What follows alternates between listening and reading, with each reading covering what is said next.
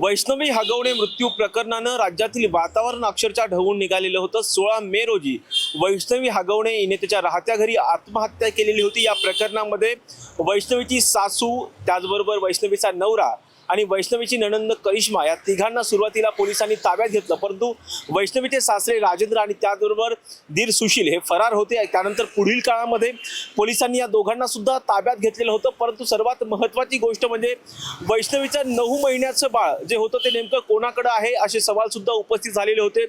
त्यानंतर वैष्णवीचे जे माहेरचे लोक आहेत, कसपटे कुटुंबीय, यांना कळालं की वैष्णवीचं बाळ हे निलेश चव्हाण या व्यक्तीकडे आहे। त्यावेळेस निलेश चव्हाण याच्या घरी 20 तारखेला हे बाळ घेण्यासाठी कसपटे कुटुंबीय गेलेलं होतं। त्यावेळेस निलेश चव्हाणने या कसपटे कुटुंबियांवरती बंदूक रोखली आणि त्यांना थेटपणे धमकावलेलं होतं आणि या प्रकरणी कसपटे कुटुंबियांनी पोलीस स्टेशनमध्ये तक्रार केली आणि त्यानंतर निलेश चव्हाण याच्यावरती जो आहे तो गुन्हा दाखल करण्यात आलेला होता। खरं तर आपण पाहिलं या प्रकरणामध्ये वैष्णवीचं बाळ हे अवघ्या 9 महिन्यांचं होतं आणि या बाळाची त्यावेळेस हेंडसाळ केल्याप्रकरणी पोलिसांनी जो आहे तो गुन्हा दाखल केला होता आणि त्यानंतर त्या काळामध्ये जर पाहिलं तर 21 तारखेपासून अर्थात 21 मे पासून हा जो निलेश चव्हाण आहे तो फरार होता।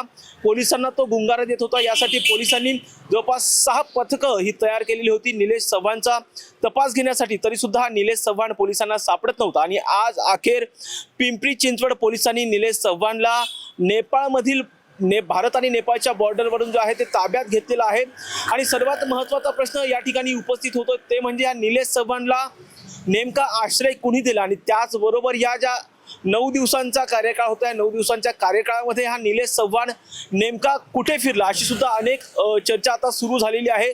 दुसरी एक महत्त्वाची बाब जर पाहिली तर ह्या निलेश चव्हाणवरती त्याच्या पत्नीने सुद्धा गंभीर आरोप केलेले होते। 2018 आणि 19 मध्ये या कालखंडामध्ये निलेश चव्हाणने त्याच्याच पत्नीसोबत शरीर संबंध ठेवताना घरातील फॅन असेल आणि त्याचबरोबर एसीला काही स्पाय कॅमेरे लावून शरीर संबंध ठेवतानाचं चित्रीकरण सुद्धा केल्याची एकंदरीत माहिती पुढे आलेली होती आणि या प्रकरणी निलेश चव्हाणने पत्नीने सुद्धा त्याच्यावरती जो आहे तो गुन्हा दाखल केल्याचं पाहायला मिळालेलं होतं आणि या प्रकरणीमध्ये निलेश चव्हाणने जो आहे जामीन सुद्धा घेतलेला होता। परंतु आता एक महत्त्वाचा प्रश्न हा आहे की हा निलेश चव्हाण नेमका कुठे कुठे राहिला होता 9 दिवसाच्या कालखंडामध्ये, तेच आपण पाहणार आहोत। खरं तर सुरुवातीला हा निलेश चव्हाण जो आहे तो पिंपरी चिंचवड अर्थात पिंपरी चिंचवडमध्ये होता आणि त्यानंतर पिंपरी चिंचवडमधून हा जो निलेश चव्हाण हा कुठेही फरार होऊ नये, देशाबाहेर जाऊ नये यासाठी पोलिसांच्या वतीने लुकआउट नोटीस सुद्धा खरं तर या मध्ये जारी करण्यात आलेलं होतं। असं सांगण्यात येतं की निलेश चव्हाण जो आहे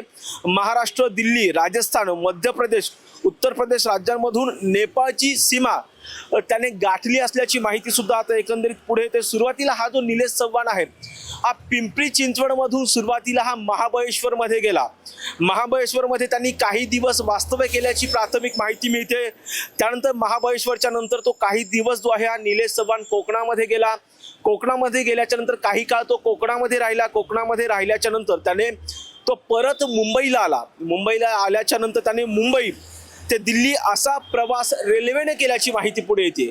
मुंबई तो दिल्ली असा प्रवास हा जो निलेश चव्हाण आहे ज्याच्यावरती वैष्णवीचं बाळ हेंडसाळ केल्याप्रकरणी गुन्हा दाखल आहे, त्यांनी सुरुवातीला मुंबई ते दिल्ली असा रेल्वेने प्रवास केला।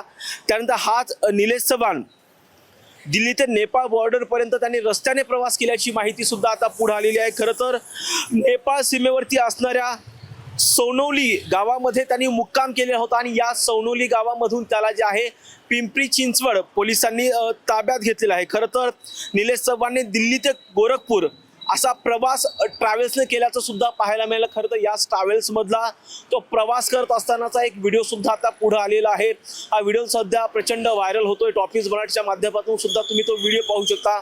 या दिल्ली ते गोरखपूर असा प्रवास करत असतानाचा हा व्हिडिओ जो आहे तो निलेश चव्हाणचा दिसून येतोय। या प्रकरणी जर पाहिलं तर त्याचं CCTV फुटेजेस सुद्धा आता पुढे आलेलं आहे।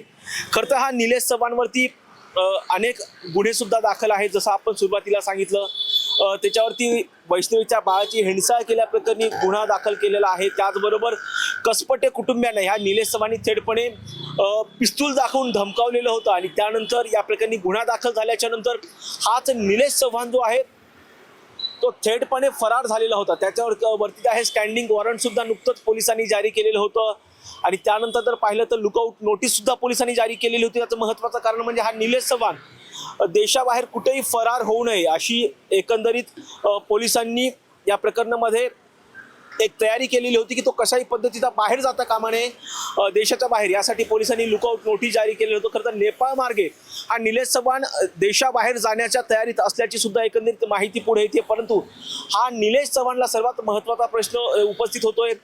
तो पिंपरी चिंचवडमधून महाबळेश्वरला गेला, त्यानंतर तो कोकणामध्ये गेला, कोकणामध्ये काही वेळ त्याने वास्तव्य केलं, त्यानंतर तो मुंबईमध्ये आला. मुंबईमध्ये आल्याच्या नंतर त्याने थेटपणे रेल्वे मार्गाने दिल्ली गाठली. दिल्ली गाठल्याच्या नंतर दिल्ली ते गोरखपूर असा त्याने रस्त्याच्या मार्गाने तो जो आहे तो प्रवास केलेला आहे.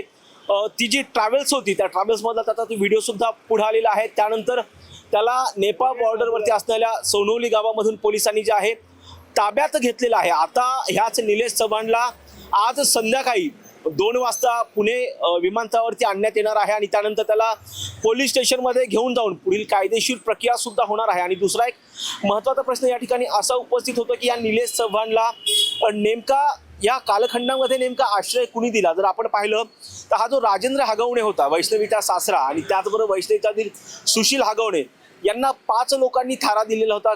जर पाहिलं तर या प्रकरणामध्ये ज्या लोकांनी ह्या हगवणे कुटुंबियांना थारा दिलेला होता त्या 5ही जणांना पोलिसांनी ताब्यात घेतलेलं होतं. आता नुकतेच त्यांची जी आहे जमानत सुद्धा झालेली आहे, त्यांना जामीन सुद्धा मिळालेला आहे. अशाच पद्धतीनं निलेश चव्हाणला ज्यांनी कोणी थारा दिलेला होता त्यांच्यावरती कशा पद्धतीनं पोलीस कारवाई करतात हे सुद्धा पाहणं आता महत्त्वाचं असणार आहे. आणि त्याचबरोबर दुसरी एक महत्त्वाची गोष्ट म्हणजे निलेश चव्हाणला ताब्यात घेतल्यानंतर अशी माहिती आहे की करिश्माचा मोबाईल असेल किंवा शशांकचा मोबाईल असेल, त्याचबरोबर त्यांच्या सासूचा जो मोबाईल असेल, अशाच वैष्णवीच्या सासूचा मोबाईल, हे जे मोबाईल फोन आहेत ते ह्याच निलेश चव्हाणकडे असल्याची माहिती मिळणार आहे. आणि त्याच माध्यमातून या फोनमधून कोणती धक्कादायक माहिती पुढे येते आणि त्यामध्ये कोणते नवे गौप्यस्फोट होतात हे सुद्धा पाहणं महत्त्वाचं असणार आहे. आज संध्याकाळी जवळपास 2 वाजता पुणे विमानतळावरती याच निलेश चव्हाणला आणलं जाणार आहे आणि त्यानंतर त्याला उद्या त्याला न्यायालयामध्ये हजर केलं जाण्याची शक्यता आहे. आणि त्याचबरोबर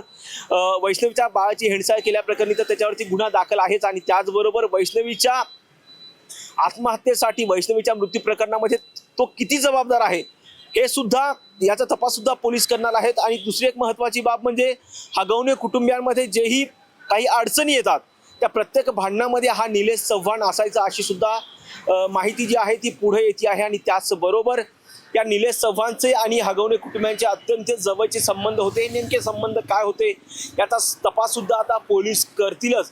आणि याच प्रकरणामध्ये पुढचे काय महत्त्वाची माहिती पुढे येते हे पाहणं सुद्धा आता महत्त्वाचं असणार आहे. आणि प्रत्येक घटनेचे अपडेट आम्ही टॉप न्यूज मराठीच्या माध्यमातून आपल्यापर्यंत देणारच आहोत. यासाठीच पाहत राहा top news Marathi. Video journalist Amit भागवतसह Rajratna Jondhe, top news Marathi, Pune. Technical आणि इंजिनिअरिंग एज्युकेशन देणारी नामांकित university B Tech electronics and computer engineering 2025-26 या शैक्षणिक वर्षासाठी रजिस्ट्रेशन सुरू. पात्रता गणित विषयासहित इयत्ता 12वी उत्तीर्ण. प्रत्यक्ष इंजिनियर्स कडून टेक्निकल आणि इंजिनिअरिंग शिक्षण. जागतिक प्रकल्पांचा अभ्यास, ग्लोबल करिअर घडवण्याची संधी अशा वैशिष्ट्यांनी सुसज्ज Ajinkya D Y. Patil university, the innovation university. संपर्क 83 29 14 26 65.